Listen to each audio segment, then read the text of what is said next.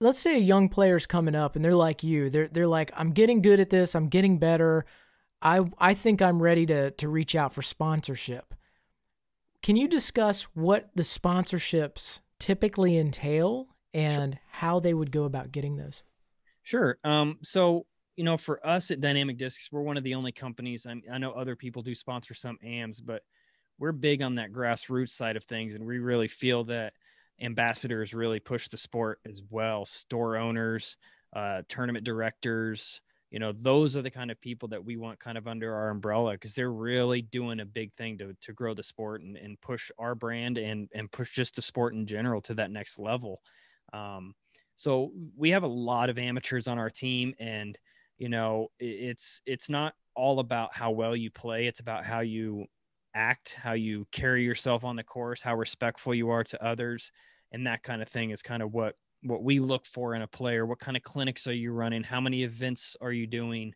Are you running our events? Are you running our? We have a handful of tournament in a box series events that we host, from Winter Marksman League to Trilogy Challenges. There's just so many of them. The match play that is really, in my opinion, that match play is flying under the radar because that thing I think we're in our fourth year now of doing it, the amateur match play. And it's just a lot of people don't even know about it, but first place in that wins 18 veteran baskets and discs for life. I mean, that's Wow. insane.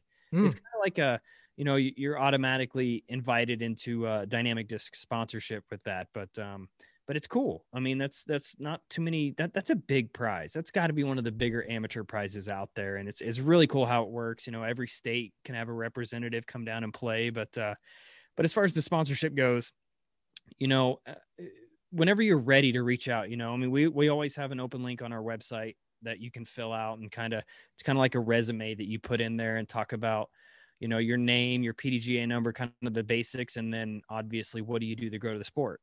How many events do you run? Do you run events? Are you a current PDGA member? What are your goals?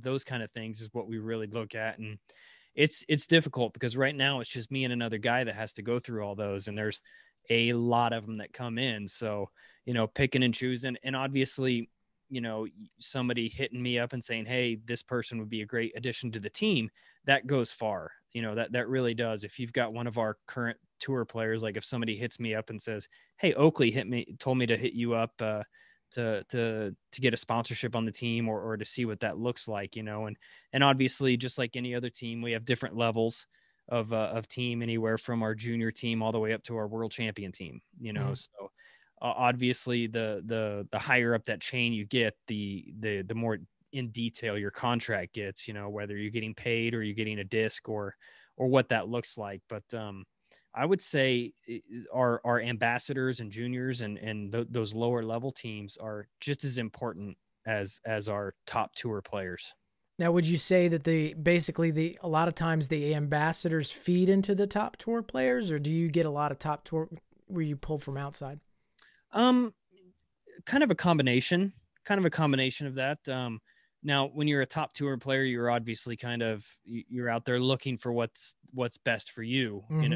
So currently, all of our tour team is players that we've had for a few years now, and like Paige, for instance. Paige Shu is just fantastic person. I love her to death, and she's been a part of the team since 2010, and that was back before we were even manufacturing discs. So Right. when we started manufacturing, she stayed with us and she won her world title with us, and she's not going anywhere. You know what I mean? She's like a franchise player is what I like to call her. So she's one of those that's definitely come up from the junior ranks through the pro career. But the other guys that we have, like an Eric Oakley, AJ Risley, Zach Melton, those guys have kind of come over from other manufacturers, and I think that's great as well. As long as we're all on the same page and we're all being taken care of, that's really at the end of the day all that matters.